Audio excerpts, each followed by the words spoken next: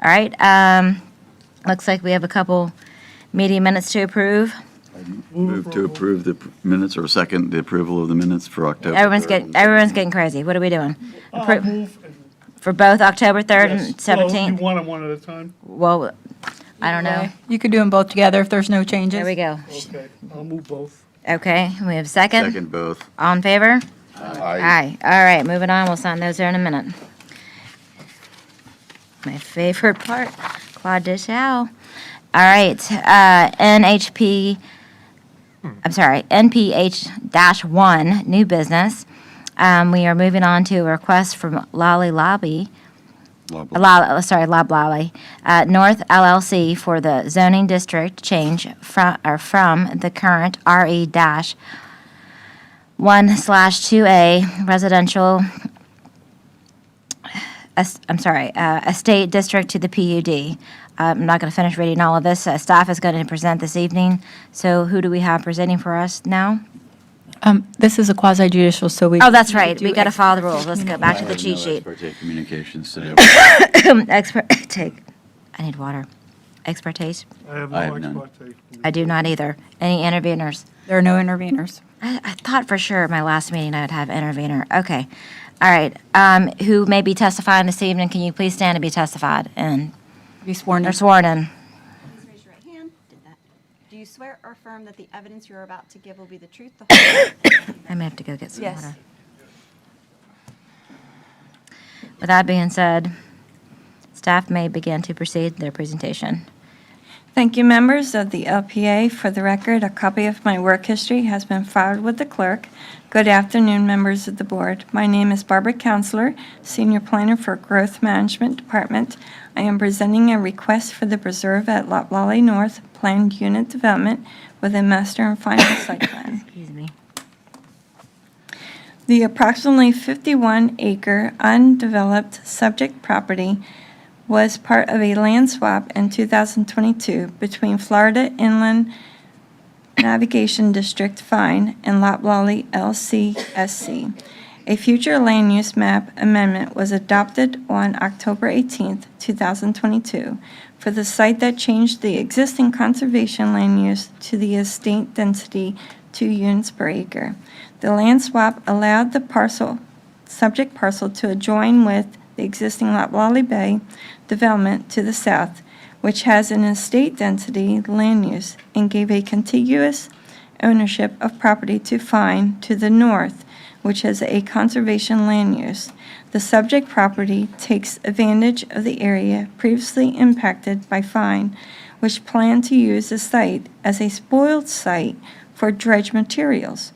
The balance of the site is composed primarily of wetlands that extend east to the intracoastal waterway.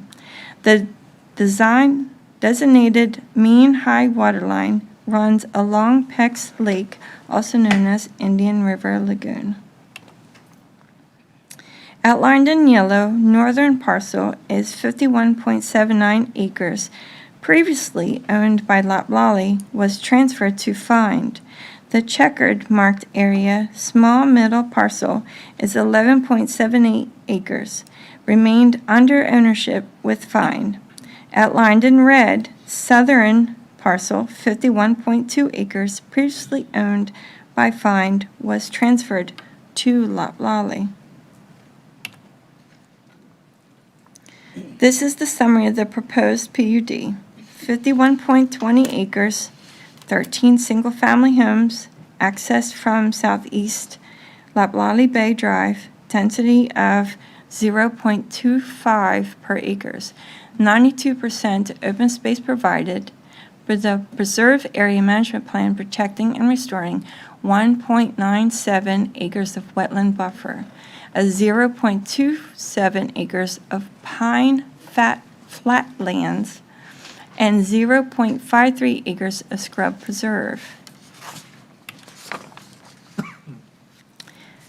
Site is located east of Southeast Gomez Avenue, west of the Indian River Lagoon, approximately 0.6 miles north of Southeast Osprey Street, directly north of the existing Loplolly Bay PUD in the Hope Sound.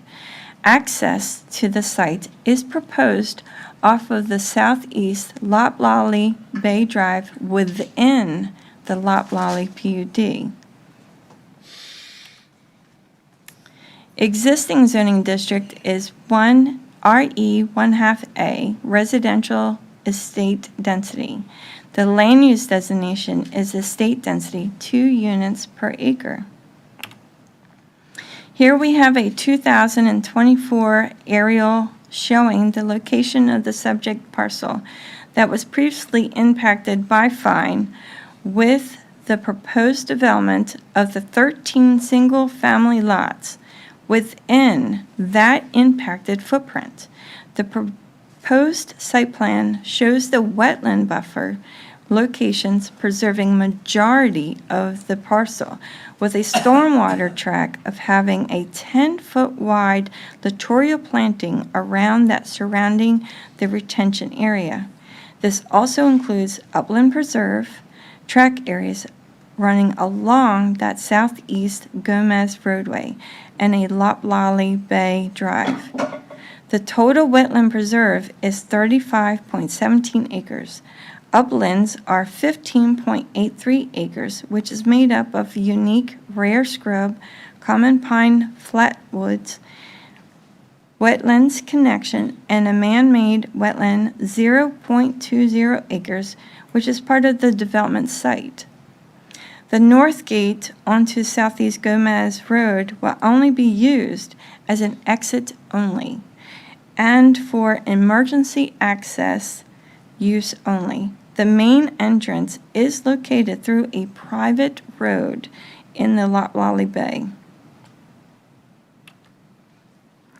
As part of the PUD agreement, the benefits to the developer are as follows: smaller lot sizes, smaller setbacks, increased height. And for this PUD, the wetland density transfer was not necessary. Proposed by the developer are the PUD public benefits. A crosswalk will be constructed on Southeast Gomez Road to the north of the property. The owner will purchase a traffic pre-exemption device of $6,000, contribute to the upgrades needed at the intersection of Southeast Osprey Street and Southeast Dixie Highway of $10,000, and contribute to the Martin County Community Land Trust of $13,000.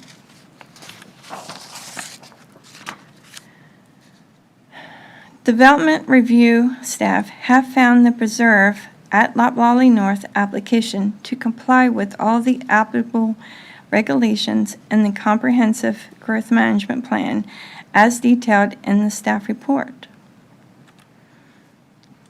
Staff recommends approval of this application, which includes a resolution for rezoning, a PUD zoning agreement, and a PAMP, which is a preserve area management plan.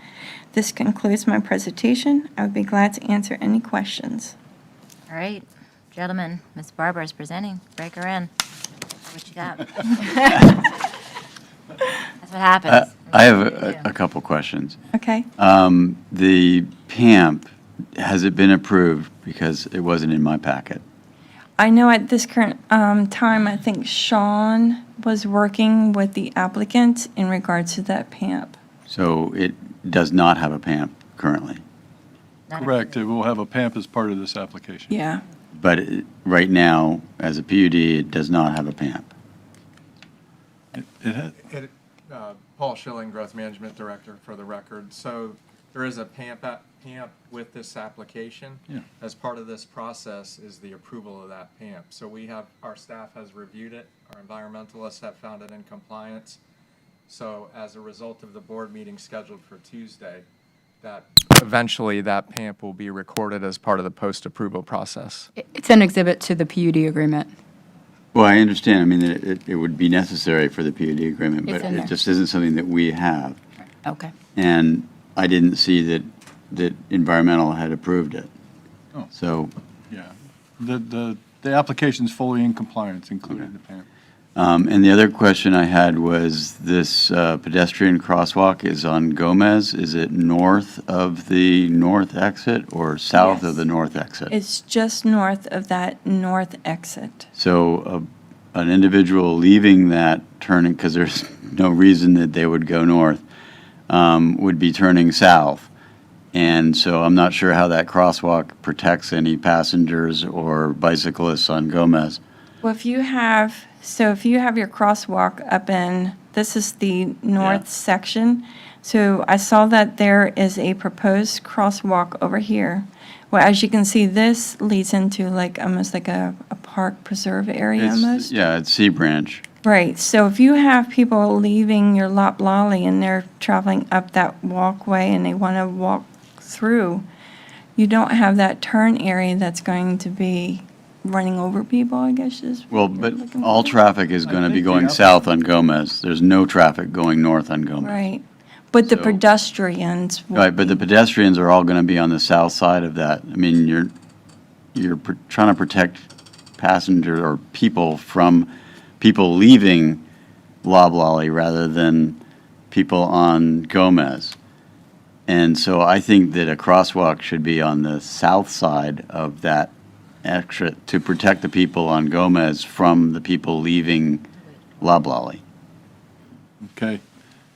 I'm sorry, Pete Walden, Deputy Growth Management Director. I believe the applicant has their engineer of record here, so he can discuss why that location was chosen. Okay. Thank you. Any further questions for staff? Size or concerns? You made it, Barbara. You made Thank it. you. All right, we'd like to introduce the applicant to come forward, please. Make any further presentation.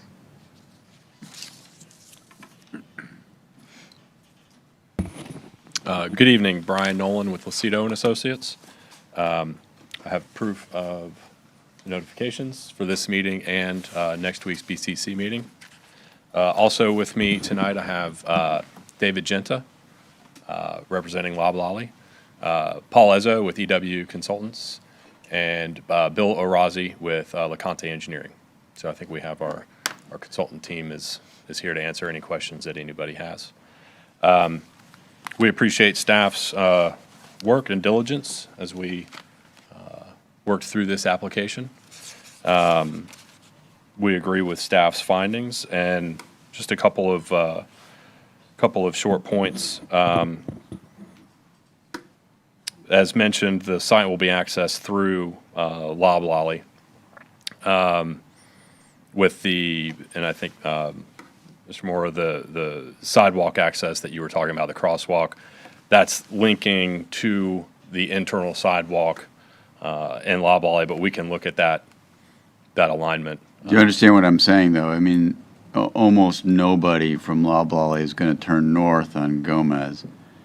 Almost everybody from leaving that access is going to be turning south or left onto Gomez. Right, that's why we Having a put it on the north crosswalk, side. yeah, but having a crosswalk isn't going to protect bicyclists or pedestrians on Gomez from people leaving Loblolly. It's a one-way exit, though. It's not like a, No, I understand that, but everybody's going to be turning left rather than turning right. And so putting the crosswalk on the north side of that doesn't protect any pedestrians. It only protects. Pedestrians are out of the traffic. That would be out of the traffic flow. Right. If we put it on the south side, then everybody turning left, there could be a conflict with pedestrians. But we can look at it, we can look at it further, for sure. I just know from bicycling on Gomez that it's the left turn that comes across your traffic pattern that's going to be problematic, and it's also going to be problematic for dog walkers and everybody else. If it's on the north side, it doesn't do anything because there's no traffic there. that's, Understood, we can, I see what you're getting at. As staff mentioned, we do have quite a bit of preserve on this site. It's about 82% of the site area that'll be maintained under the PAMP. And the preserve areas will be dedicated to and maintained by the Loblolly Community Services Corp.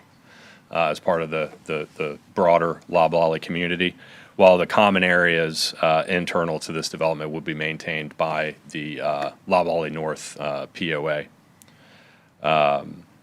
Additionally, I wanted to point out that 100% of the pine scrub along the west and west and south boundaries will be maintained, in addition to all the wetlands on the site.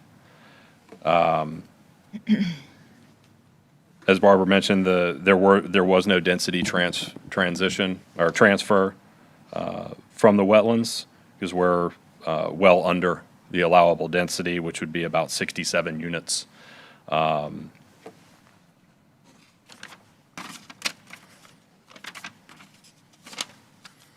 As far as the landscaping goes, I would like to point out that we've provided approximately 87 trees over and above the minimum that's required. I think they're required 79 trees, and we're providing 131 trees. Also, the landscape area provided is about double what would be provided, so we're exceeding the code in those areas, along with all of the wetland and upland preservation that we've been able to manage. And as you could see in the aerial in staff's presentation, this development just fits very neatly into the area that Find previously impacted, which I think we're proud that we could make that work. With that, I and the rest of our team are here to answer any questions. Okay, gentlemen, any other questions? The area that is co-managed by FIND on this property, is there any of this development that overlaps that? There is on the map, there is a cross-hatched area that is still controlled by FIND. And I believe that area is outside of the project boundary. I just wasn't sure. I mean, again, this is one of the reasons that I was curious about how the PAMP managed that. That area would be outside of the PAMP, I believe. Okay, so that would still be under FIND control for exotic invasive removal and everything else? It wouldn't have your Again, that- Loblolly yeah, group? outside there. I just don't know, because. Correct. It's yeah. outside of That's what the he's boundary. Okay. Anything else? This is going to be part of Loblolly, correct? Basically, for all intents and purposes, yes. I think it's a very nice project, and you Thank you. could have done a lot more density. And you're going to be selling these homes for quite a bit of money. And so I'm sure this is going to be something that Martin County can be proud of. Well, and we credit staff as well. I mean, it's a back and forth process. This wasn't one submittal and we arrived here in a matter of a few weeks. But it's been a pleasure to work with staff to make this project what it is. So if there's nothing else, I'll make a motion. Madam Chair. to approve. Well, Madam Chair, Paul Schilling, excuse me, sir. Just for the record, I want to make sure that we've adequately addressed Mr. Moore's concern, because I'm somewhat confused by it still, and I want to go back to the map. There is a crosswalk north of the emergency and exit only for this subdivision. Putting that crosswalk south, as I understand it, would enhance the likelihood of conflicts with pedestrians. And I know that the traffic engineer is shaking his head, but I just want to make sure we've adequately addressed your question. Well, I still am concerned that it's the traffic leaving this new development that is going to be impacting traffic on Gomez. that's And why so, the crosswalk in. yeah, but the crosswalk is on the north side of the exit, and there's no traffic there.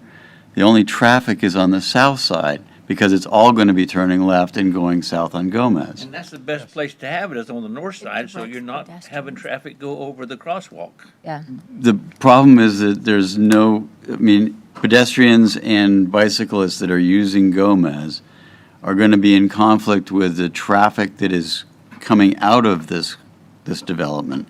There is no other traffic otherwise. all right, well, There's really not a lot of traffic up there. I run and cycle up there. And I lived here for 5 years before I got my first call for a house in Loblolly. And I said, "What's Loblolly?" And the man that I was talking to said, "That's exactly how we like it. There's not a lot of traffic there." And yeah. there's places that I'm 100% Right. that we have to worry about. that's not one of the places that No, I mean, except that there's no shoulder there. If you're riding a bike on the right-hand side as a, There's a lot of no Cyclists shoulders all should. over Martin County, though. yeah, well, yeah, if you're used to riding in that You're area. gonna get on a bike And a in lot more Florida traffic. and Martin County, good luck to You're in the you. middle of nowhere. At some That's- point, the my national God. election has to You- take over. You might as well go ride your bike on Indian River Drive. That's where I'm at. It's like, Guys, can we get back to the point? yeah, we are getting back to the point. Do we have any other comments for our applicants, Elise? We need public comment before you vote. I understand that's all. that, I'm just, yep. I have it, right here. I know, she's just, I need a lot of check marks around here, apparently. Y'all won't miss me, I know you won't. All right, so thank you for your presentation, Thank you. Mr. Loam. Do we have any public comment at this time? I do not have any requests, I just have one for the next item. Okay, I did my job. We're ready? Okay. Okay, so I'll make the motion that we approve this development. Second. All right, all in favor? Aye. Aye. Okay, we all have passed unanimously. All right, we are moving on to the Nanqua de Chao. That is NPH-2, public hearing to consider adoption of ordinance amending Article 12, Division 1 through 7, Architectural Design Standards, Community Redevelopment Code, Land Development Regulations, and Martin County Code. Presenter this evening from the county is, Miss Susan, no. No, it's going to be the Treasure Coast Line. Oh, okay. Oh, well, Dana and Jessica, okay. I know you, go ahead. You have been announced. Good evening. I'm going to turn this on. Jessica Seymour from Treasure Coast Regional Planning Council. I'm here with Dana Little, the Urban Design Director from Treasure Coast Regional Planning Council. We're here to introduce the proposed design standards for the CRA. Let me go ahead. I don't know how many of you are familiar with the process that was started in 2019, I believe, with an update of the CRA codes. This is an update to those codes, but specifically to the architectural standards portion of the code.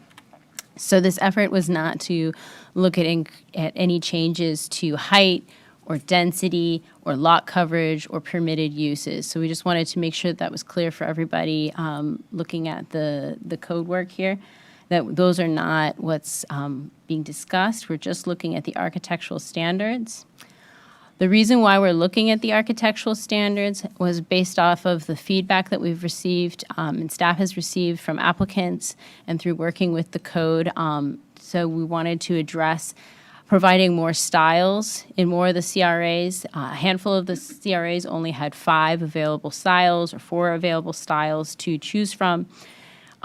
We also needed to address better coordination with what's called the frontage types of those buildings with the styles, update the language so that it addresses commercial and multifamily structures better. Much of the existing architectural styles were really focused on single-family homes. And we wanted to include more photos and drawings to make it easier for applicants and staff to understand the expectations of the styles. So again, that work started, there were community redevelopment overlays from 2004 to 2019. The code was then updated by 2021, but it did not include any updates Right. to the architectural styles. And now we're here addressing that section of this code.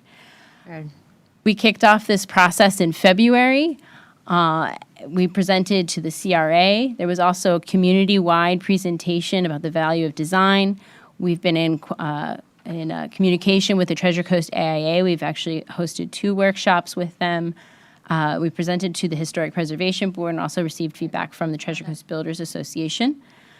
Then we went through all the NACs, and then today we're here, we're back to the CRA, and we're here for the LPA today. This document was attached to the work that, your agenda item, I believe, and it's attached to, has been posted on the CRA's website.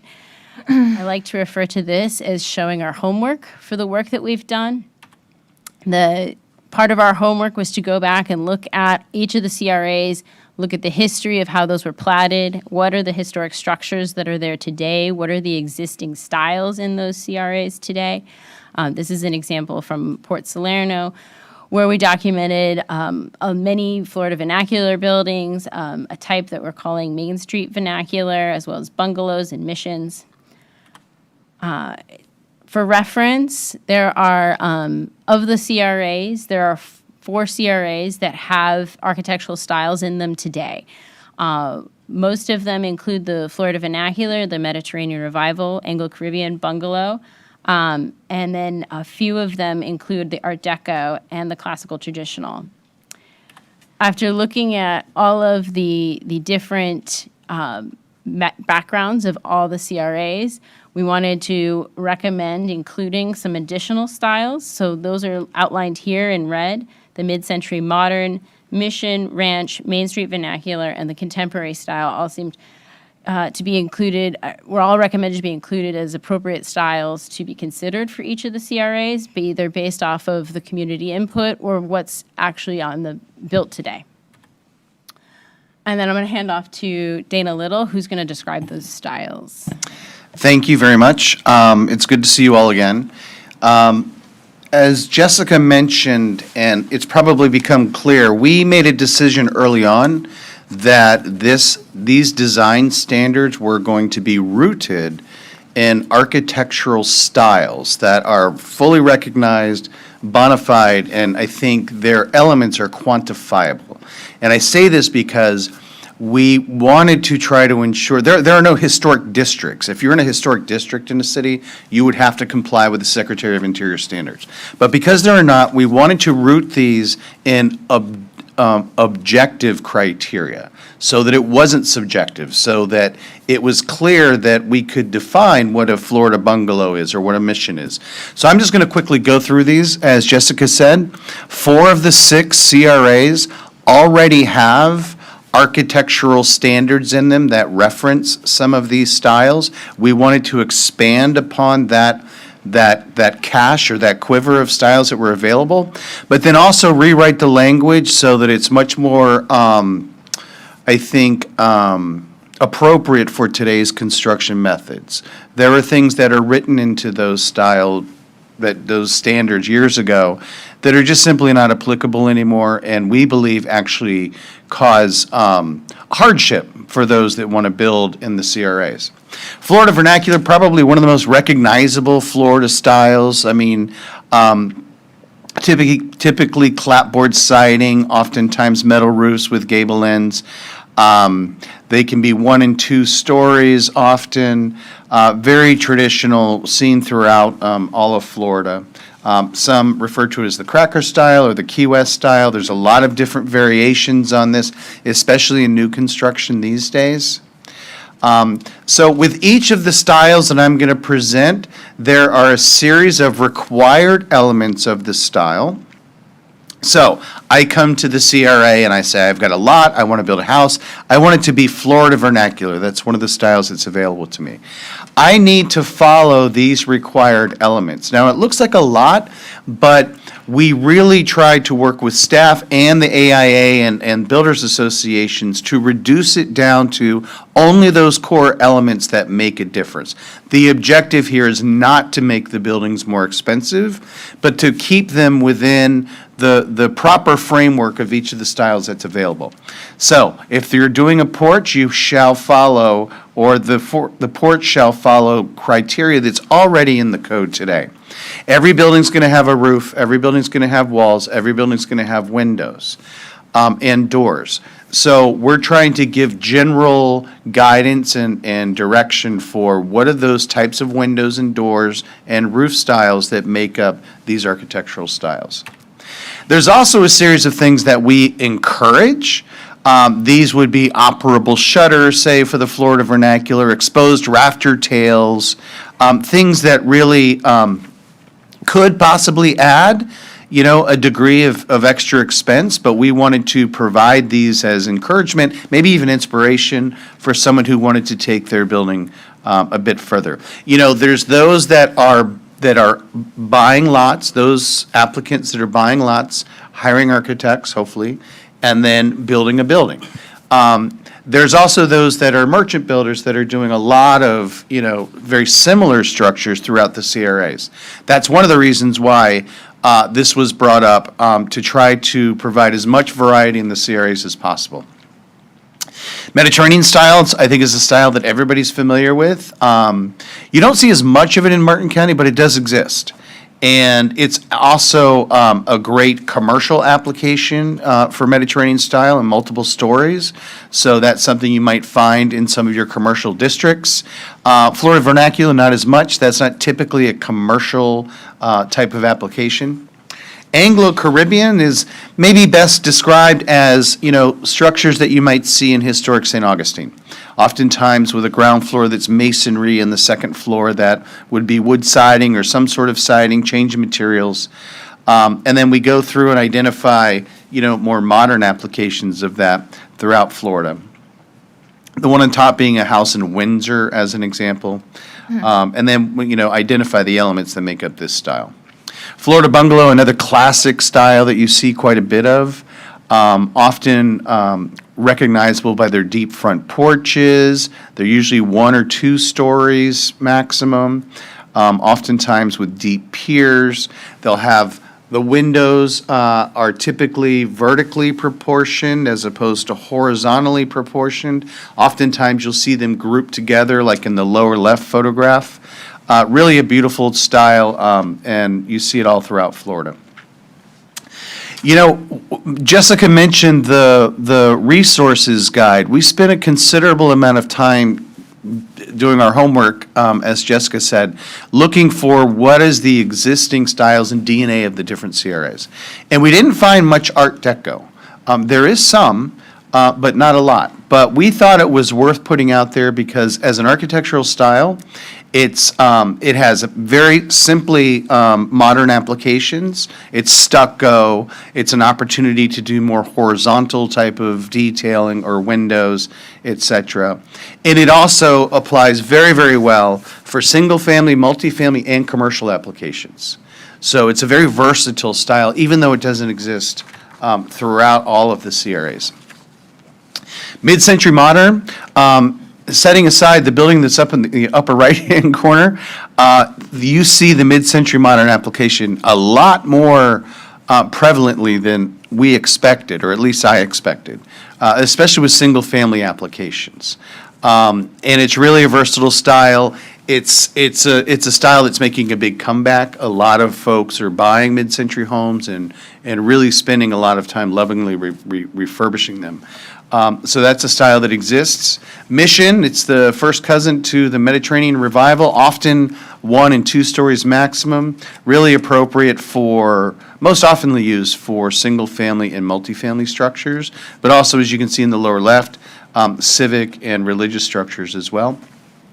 The ranch style, one of the later styles, often, characterized as sort of long and low slung, usually on larger lots, because their length is typically presented towards the street, so those are typically wider lots. We go through and identify the components that make up those. Main Street vernacular, we spent a lot of time looking at this because with the beautiful main streets that you have in the CRAs and in Martin County, if you were to go and look at the buildings individually, there's really not a particular style necessarily all of the time. It's the assemblage of all of these buildings that makes them, the streets, so great. So what we did for Main Street vernacular is we talk about the buildings have a base, a middle, a top. It's really more about proportions and the increment of the storefront so that you don't end up with buildings that are 200 feet long that look like buildings that are 200 feet long. Interestingly enough, as a side note, what is it? Is it Osceola and Stewart? Jessica's tired of hearing me tell this story, but the main street in Stewart, it's actually 700 feet long of continuous building front. Now, for Martin County, that's pretty intense, but because it's made up of all of these different increments and sizes of buildings that look different, the texture is there and the interest, and so that's why it's really a desirable place. Classical, traditional, it was already in the codes for some of the CRAs. We left them in there. You know, there have been some applications of this style or variations of it, but not as frequently as others, really more for civic structures in town. The Jensen Beach Community Center is an example of that. And then the kind of catch-all style, the contemporary style, which doesn't really have the same rigid rules that other styles do, but it's an opportunity for architects and designers to be a lot more free and expansive with their ideas. And we are seeing some more modern structures like this in Hobe Sound, as an example. And this is where I turn back over to you. Thank you. Thank you. No more pretty pictures. We're back to charts. Oh, there you go. And I just want, if I could add, the distinction between the required elements and then the encouraged elements. For the vast majority of applicants, they would only, as indicated, they would only be required to do the required elements, and that the recommended elements would only be required, and it's an option of select 3. In the core, which is the downtown areas where you would probably most likely again have that architect on board or a larger project possibly in those main downtown areas of the CRAs. So when we brought this to the NACs, we reminded the NACs what their current styles are in their LDRs in their code, and we asked the question which are appropriate going forward. So I'm going to go through what we heard from the NACs. From Jensen Beach, they wanted to add the Main Street vernacular and maintain the styles that they already have. In Rio, Rio did not have any architectural styles included in their architectural standards today. So they recommended including all of the styles so that there's the maximum amount of flexibility for applicants. In Old Palm City, they recommended including the mid-century modern, which was very prevalent in Old Palm City, the Ranch, Mission, and the Main Street vernacular. Hobe Sound wanted to add that additional amount of flexibility with the exception of the Ranch style. Port Salerno also, they had 5 of the existing styles, including Art Deco. And they wanted to add the maximum amount of flexibility, so they had voted to include all of those styles that we've outlined, all 11. And similar with Golden Gate, they did not, similar to Rio, they did not have any they don't have any architectural styles today. And they recommended to include the Florida Vernacular, the Mediterranean Revival, Anglo-Caribbean, Bungalow, Mid-Century Modern, Ranch, Mission, Main Street Vernacular, and the Contemporary. They chose to leave out Art Deco and Classical Traditional. And it was a really important part of the process to include the NACs because we wanted to know what is their community identity going forward. And this was an opportunity to get that feedback. They are in your package is, of course, the design standards. The second portion of that is also some necessary changes that need to occur in Article 12 so that if the design standards are adopted, that they are consistent throughout Article 12. There's 3 different types of changes that are being recommended, and I'll go through each of those. The first are just necessary coordination, renumbering, additional glossary terms. The other piece of it was the frontage type coordination with the styles that we brought up at the beginning. And then the third is a facade transparency, and that's a fancy way of saying, please put windows on your building. Again, this is a screenshot of what those kinds of changes are that are non-substantive. They're really about numbering and some updated language in the front of the code on how to use the code. That includes architectural styles and design standards. The frontage types currently are controlled by the subdistricts, which are your zoning codes. Again, as part of updating the architectural standards, we want to tie those into the frontage types. Again, it has everything to do with the fact that a bungalow, for example, would never have an arcade in front of it. So we want to make sure that there's logical nexus between what frontage types are included for each of the styles.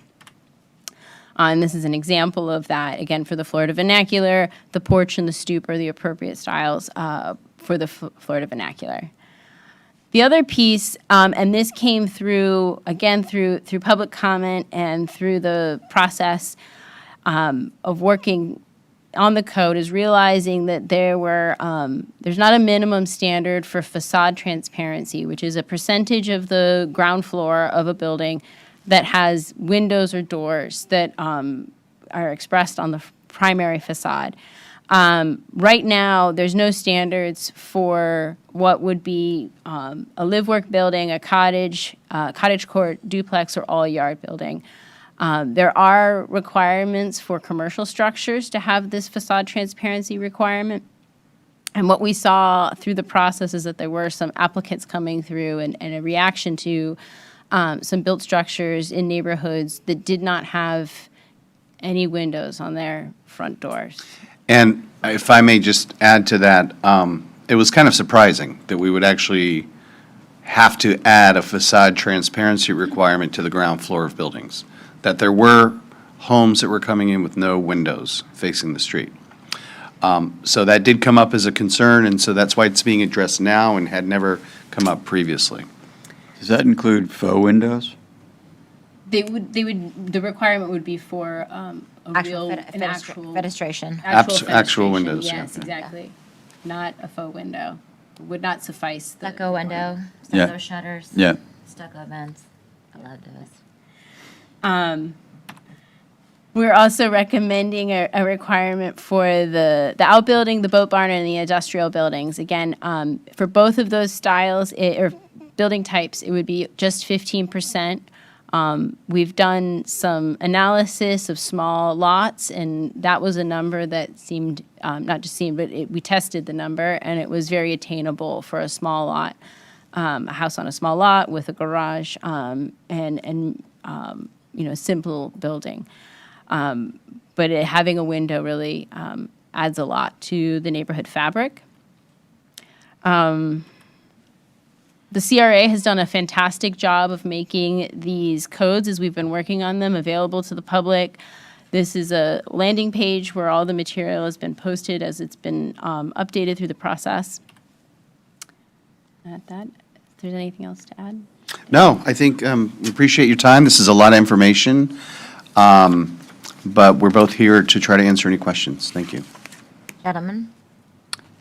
At what stage does a developer, builder, new home builder have to identify what vernacular they're attempting to achieve? Because with some of the new materials that are available to builders, in particular concrete, it's an attempt to sort of emulate some old vernacular that is, evolved from a different material. And sometimes it's successful and sometimes it's not, and sometimes it's called something that it really isn't. How important is it to identify a vernacular? So you're saying the style initially? Yeah. Yeah. As it is today, an applicant, when they submit, should be including what style they are intending to express. Regarding the application of new materials and faux materials, one of the things that we looked at in the styles very carefully was, should there be an option for stucco on some of these styles, a smooth stucco, versus, let's say a imitation siding, and we felt that on like a Florida vernacular style, it would be appropriate to allow for a smooth stucco alternative to just having the vertical siding, emulated. And just to say, as an architect who designed in this, the attempt of all of this in general is you can't tell somebody how to design the inside of their home per se, and even this is, putting some restrictions on this in general. It is the attempt to, there's a lot of elements we have to add to these CRA requirements, whether they're commercial and or residential or mixed use, to do that. So there's more information here, which we've always had a lot of mixed information, and we've been very restricted on what we can and can't do when it comes to architecture-wise. So I do appreciate your time, and do have a couple more questions, and I don't want to interrupt. No, I've asked my questions. Okay. Can we go back to the window opening requirements.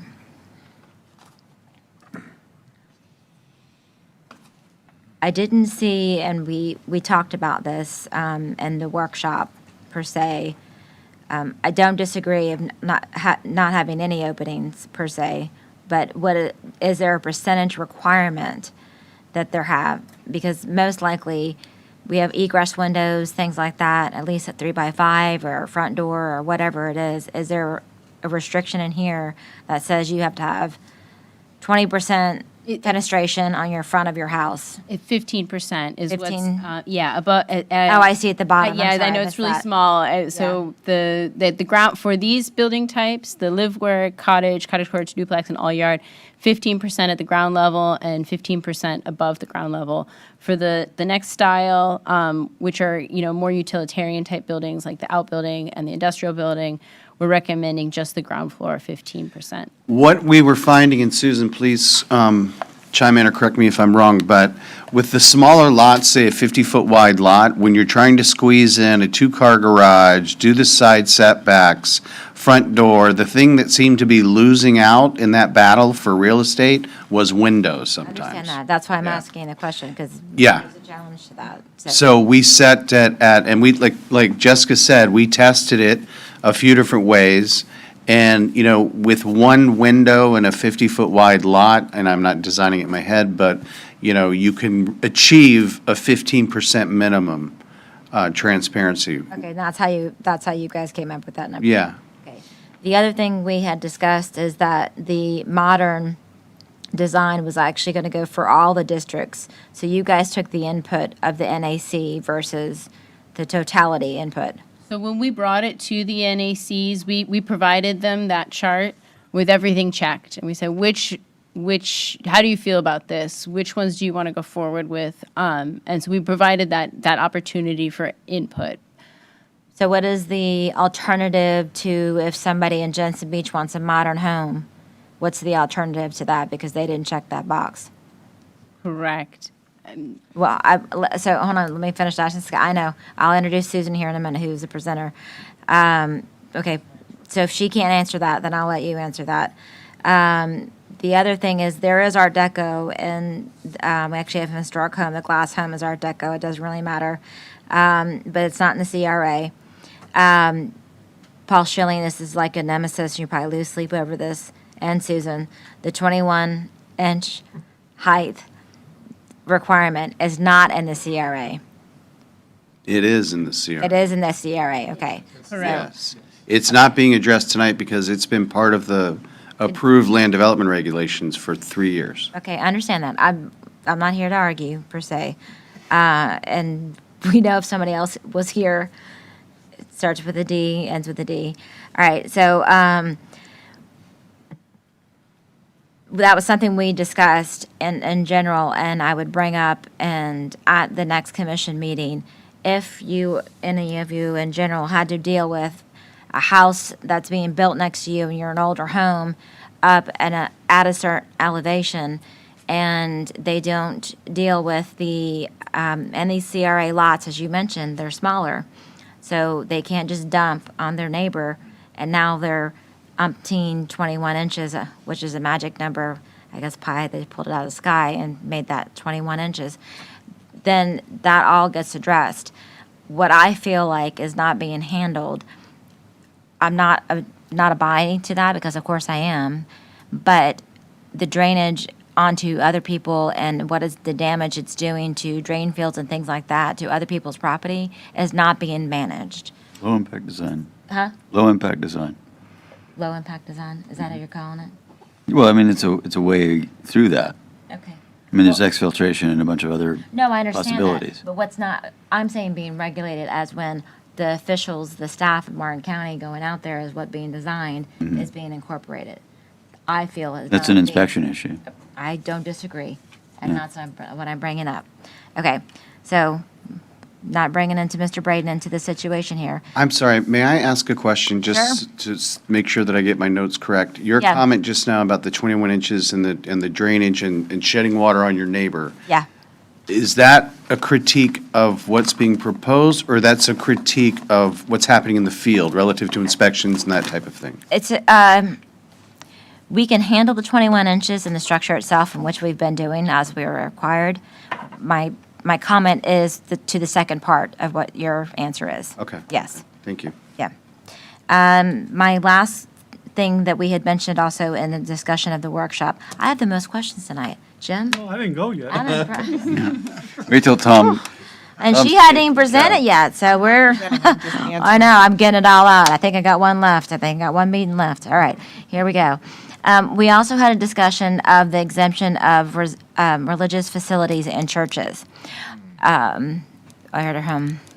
Okay, so I'm not saying that they can design or do anything they want. I think majority of what you've shown here in the chart can be met within those requirements. So I don't see a real issue in that per se, and I know we weren't going to put that in the chart. Did that land somewhere else in that code? So there was, as you mentioned, when we met with the AIA, there was robust discussion about that. And Robust, that's what it was. I think that as much as there was a concern about fitting into the styles that are prescribed today, what's on the code today is much more restrictive.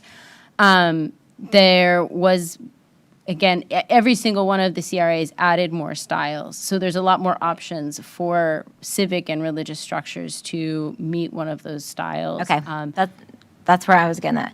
And Dana, going back to your question with the 21 inches and not adding money or trying to add money to it, any builder will tell you a stem wall, which a lot of times we have to be on a stem wall on our smaller lot, that does come into play in that. Now, as again, we're required to meet those requirements, as you said, been in there for 3 years, so not challenging that. But building a stem wall versus slab on grade, and being from Tennessee, a frost line being 18 inches down, slab on grade is new. But anyway, just so you know, that is something that does add to that requirement of our builders. They have not challenged that. They've not been as vocal as our architects have been. And I'm not challenging anything that you guys are doing in general. These are things and discussions I'm bringing up with you as my knowledge and working in this county for 20 years or so. Without further ado, does the board have any other questions? I do. Well, go ahead, Jim. No. You want to arm wrestle? No. No. Not tonight? Come on, it's our last meeting. So what happens if I'm in Golden Gate and I want to build an Art Deco house? You're telling me I can't do it?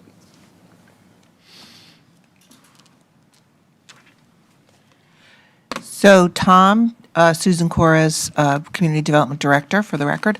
Right now, all the CRAs that have particular styles would have to utilize alternative compliance if they wanted to do something outside the code. Right? Which one did you say? So that would still exist. As of right now, that's Golden what Gate, they would okay. have to do. That's what you would have to do. So when you say alternate compliance, that sounds like something they do in prison. What does that exactly mean, and how do you do it? I don't know anything about prison, but I'll take your word for that. Sean Shank Redemption, here we go. All right, I can say that, but I can't say quadra. It's another way of saying zoning. One sec, I can. A waiver, a zoning waiver, I don't know. there Where are do I other get a zone? Where terms. do I get a waiver? Okay, from? okay, wait, whoa. All right, time out, sorry, we threw a monkey in a wrench there. All right, so to formally introduce Miss Susan, she is our presenter today, so any further questions for the applicant will be from staff, well, kind of staff, but yeah, who you are, but to Miss Susan, any other directing questions?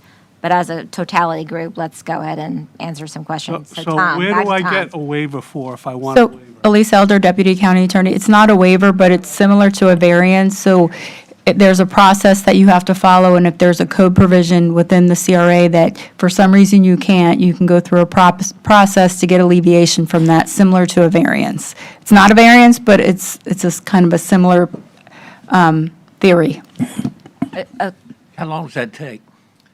Well, right now, it's done through the Growth Management Department, and the Growth Management Director does that, but if it goes to the board, then the board would approve that during their review of the project. Thank you. Let me just finish my Through the questions, process. and then anybody else can do what they need.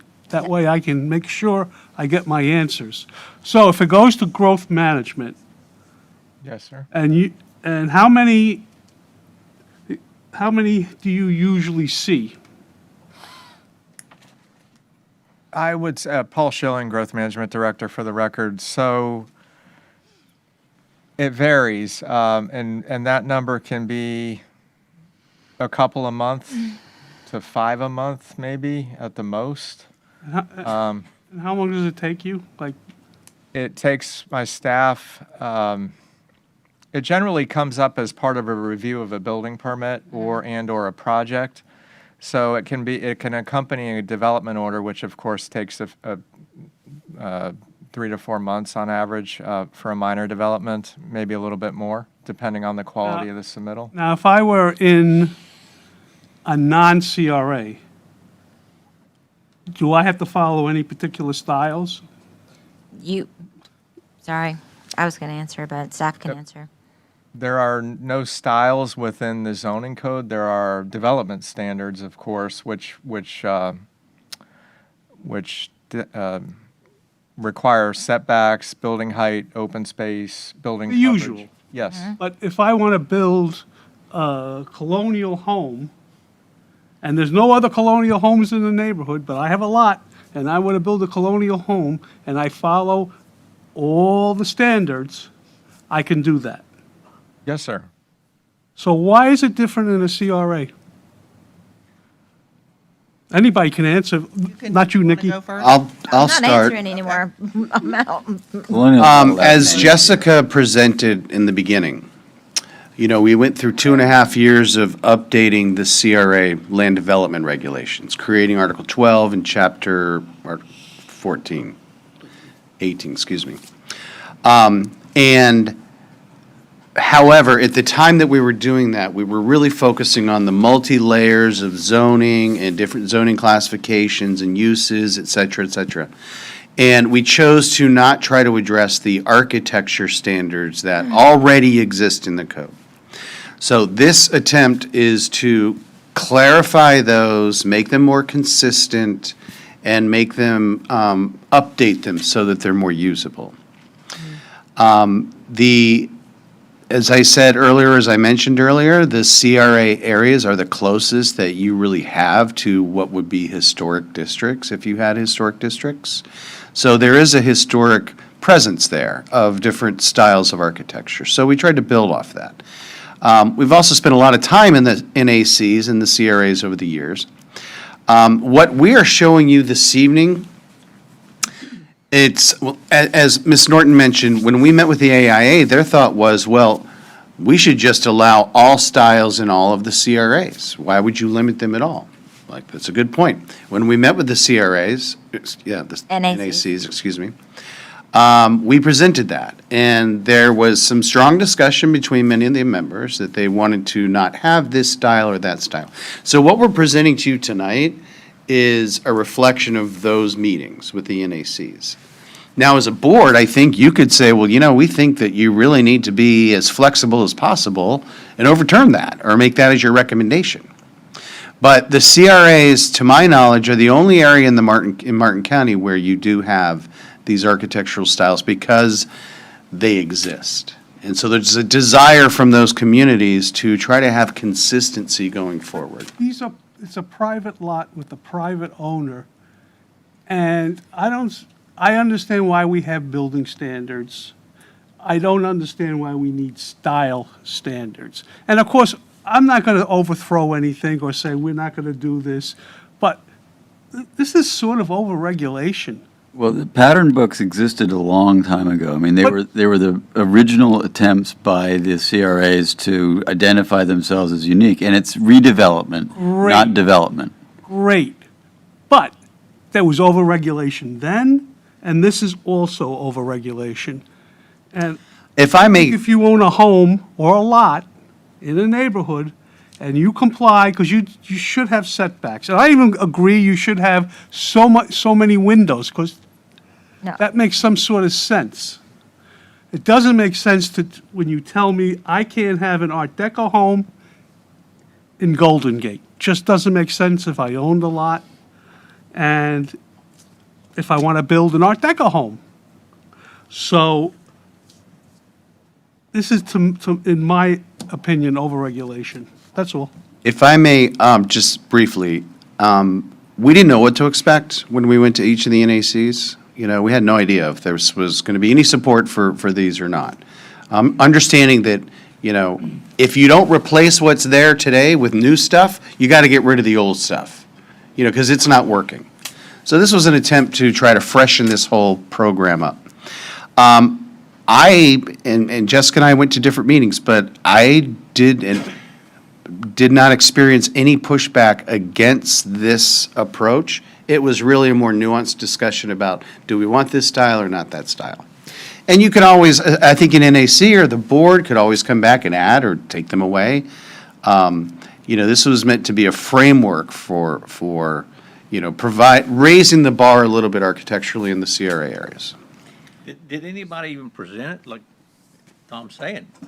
You can build whatever, because I agree with Tom. If you own a lot, Sure. you ought to be able to build whatever kind of house you want. So that was, To me, that's what makes a neighborhood. That you've got all these different kind of homes. And And if you start putting restrictions on them, you're locking yourself down. You know, Jensen Beach has got 1, 2, 3, 4, 5, 6. They only got 6 different styles of home. I mean, Yeah. you know, come on. well, Jensen Beach today only has 5. So they were actually expanding. But, Freedom! yeah. They won. So for that for context, you know, Jensen Beach, if we weren't here today, if Jensen Beach, somebody owned a property and they wanted to build a mission-style home In the CRA. in the CRA in Jensen Beach, just the CRA, which is a small boundary of Jensen Beach, they would have to go through that variance process. So, as you can see, for most of the NACs, they agreed to a large extent about expanding the amount of options to define their neighborhood. And Rio, that was a very robust conversation about wanting to have that flexibility. And so that's why they had made a motion at that meeting to include all of the styles. And I get all that, but you've got a small group of people, the NAC, just telling somebody else that might have owned that lot since 1940, and he hasn't built on it yet. Now he wants to build on it because his grandfather left it to him.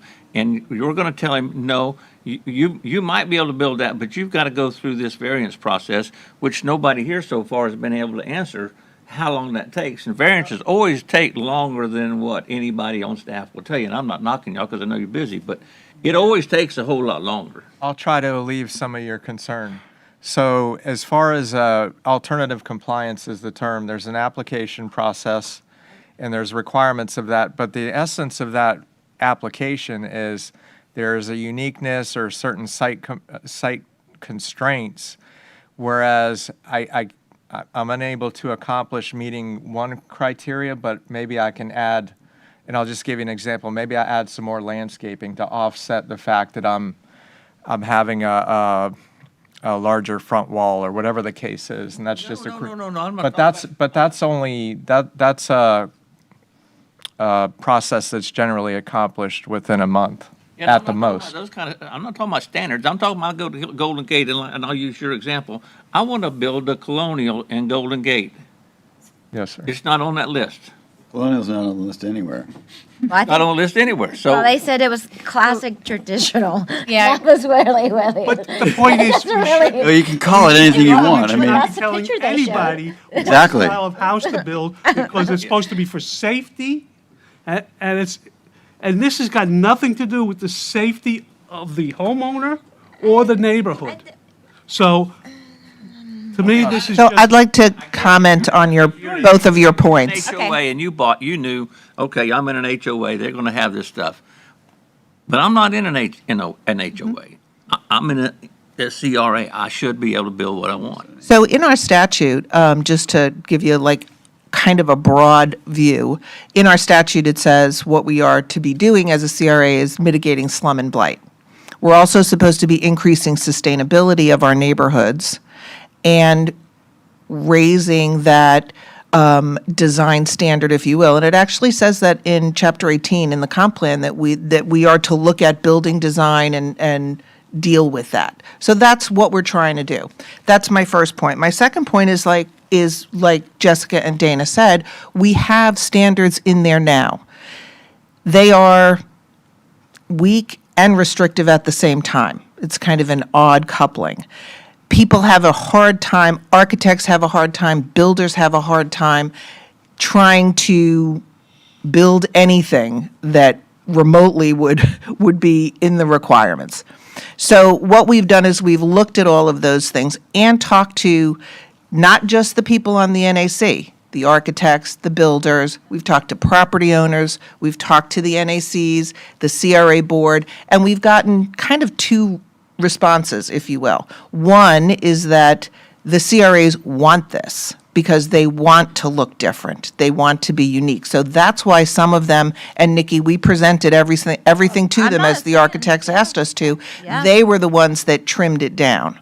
And all of these NACs have people that come. Port Salerno was the only one that didn't because we had to change their date because of the hurricane.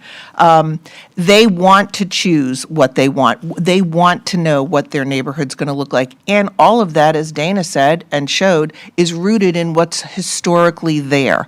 There are no colonials in Florida. I mean, I don't think I've ever seen one But in it doesn't South Florida. matter. Philosophically. I'm not finished. Philosophically, I'm not wait a minute, finished. wait a minute, you said there are no colonials. But the problem is, philosophically, if I want a colonial, why am I not allowed to build it? And we don't have to keep arguing about it. No, no, not arguing. I'm just stating a fact and saying that we've expanded the list so that really it's kind of difficult not to be able to fit into that list somewhere. And in each of the requirements, we've also expanded those. So and that's a lot of the input that we got from architects and builders. Well, we need to have more roof options because of affordability, because of insurance costs. So we did. We expanded the roof options. We expanded the slopes. The materials, we talked about that earlier. We expanded the list of materials that you can use, again, so that you have more choice and building in a little bit of affordability with that. So I think that it would be difficult for folks not to be able to find something. Jensen's a bad example. I'll use, because Jensen has about 2 blocks of residential homes, so it's probably not a great example. So let's go with Port Salerno. You know, the first time we presented the ideas at Port Salerno, this is what we heard from everyone. The second time we came in and presented, well, they kind of liked some of the styles, okay, whatever. And then Jess and Dana came in with our more finished product, and they took everything. They said, yeah, that's exactly what we needed. So I think that we're making it better. And I think that people are not going to be using the alternative compliance method in this for styles as much as maybe they have in the past, because it's been really hard to follow. You said earlier when you first started talking about the difficulty of building there. We owned a piece in a CRA. And went through it, I don't know, Pete, we were a year or more? Well, And finally, we said, the hell with this, and we sold it, because it just got to be too much of a pain. Actually, And I'm not stupid, I mean, I don't Oh, think. of course not. Well, he's a gator, so it's okay. I don't know the particulars, Mr. Hartman, so it's hard for me to. Colonial gator. You would have done it to me. But I'm like, You know, CRAs are a little bit more difficult just by their very being. I mean, you're looking at infill lots, you're looking at things that are not standard, if you will. I'm here all night, I mean, I'll move that we send this. Oh, hold on. Wait. Wait, we've got more. Okay. Susan, are you done with your presentation? I am. Okay. We do have public comment. Ms. Priest, may I invite you to the podium, please? Good evening. Julie Priest, 46-year resident of District 1, as a matter of fact. And my dad was a general contractor, did build, his favorite was Colonials in Dade County. That's Florida, is it not? Good style to pick there, Tom. My husband happens to be a general contractor, too. I'm here tonight, let me start from what I really came first and then change my hat. I'm here to represent the Ryle Civic Club. Fortunately, we're celebrating our 75th anniversary in a few months. We're very pleased with that, when Martin County's celebrating their centennial. And they have sent me here to tell you that they fully support what is being proposed here tonight. Secondly, if I take off that hat, I would like to tell you a little bit about Ryle. It probably has some tie-in with the Ryle Civic Club work, too. We have had and so has, we were talking about Palm City. A lot of our CRA areas, of course, as you know, are the older areas. The drainage for those areas has always been a problem in many of those areas because they are our oldest areas, and there just wasn't good planning back then. So I came here with a map, as a matter of fact, of the water surge zones. Three-quarters of Rio happens to be in the stormwater surge area of Zone E. So if we get a surge of 16 feet, Rio, for the most part, is going to be gone. But the point is, the 21-inch steps, that's already been decided. Now, let me move on to the next step, because that involves resiliency, which we should plan for the future. We know waters are rising. So that was even before we were talking about resiliency that we came up with this, because it fit in with the standard traditional design to raise the home. And originally, because you know I do historic work, Ms. Norton, originally homes were built up so that you could have airflow underneath the home. Now we're building them, and as my husband and I have already built on a 47-foot lot, as a matter of fact, and we worked with Mr. Schilling in Rio, in the oldest neighborhood called Rio St. Lucie, subdivided in 1925, a home 21 inches high on a 47-foot wide lot. There was no room, obviously, for a garage, so we just had to put a drive area in the back. We did put in a retention area also in the back, and swales. And that takes care of the water, because we all have to hold our own water on our lots. That's just been common throughout Martin County forever. We also built other homes in Rio, and we've done the same thing, 21 inches high. And we have used, by the way, we talked about the siding, we have used stucco siding to look like hardy board or to look like real wood. And that benefits the owners that bought these homes from us, because they won't have problems with those homes in the future. So we have incorporated without, do I need to go? Time is up. Please tell me it was a colonial that you built. We built the cottage, essentially Florida vernacular look that fit in with the codes that are already in existence. I was only joking, I'm sorry. Yeah. So if you have questions, my husband and I have done it, and we fully support this. But again, we're from Rio, 11 choices, not colonial. It wasn't brought to us, but we wouldn't have stopped it, to be frank. We're very generous in Rio with regard to that. I'm sorry. Elise is pulling the rope. All right, I'll make a motion to approve. Pulling the rope on us, so. Second. I just, additional comment here, as obviously dealing with this. This is a lot more open than what we have dealt with in the past, so I do appreciate the effort in that. The 21 inches of, and I get the water rising and things like that, and I've never not abided by that. It's my problem with the regulation of when it's being built. And that has been a problem. And I say that only because my dad had a neighbor build right next to him, and I said, you got to say something, your drain field's going to have to be replaced within a year, and sure as anything. So he did not call the building inspector, they didn't catch it, they didn't do anything about it. So I don't disagree with the 21, and I haven't. So that's my issue with that. As for the styles, it is what it is. Alternative compliance, I have applied for it many, many times, as the staff has been aware of, commercial and residentially wise. I'm not afraid to be the bad guy in that. And you just have to present the elements, and they have, in my opinion, provided a lot of those elements that we did not have before in the choices we have had before. So I don't think it's impossible for you to build one of those in those areas, but if you've been through the process and you have sat through a pre-app, then you would know what that looks like in general. And that's my 2 cents. And I'm all in favor of more windows. You want to bump that to 30? I have no vested interest. We're talking to the window guy now. Okay, so we have a motion and a second. Yes. Okay, all in favor? Aye. Aye. Thank you very much, staff, for your time, everything. Julie, Susan, I know, and Dana and Jessica, you put a lot of time into this. Paul, not so much, but you know. Thank you very much. I You are so gonna miss me. I'm just gonna say. I was just going to say that. You We have at least one application for the 5th of December. Nothing for, we're not doing one for the end of November, right? I No, can't. December 5th. I can't give you an answer. I've been asked to submit a adjourned.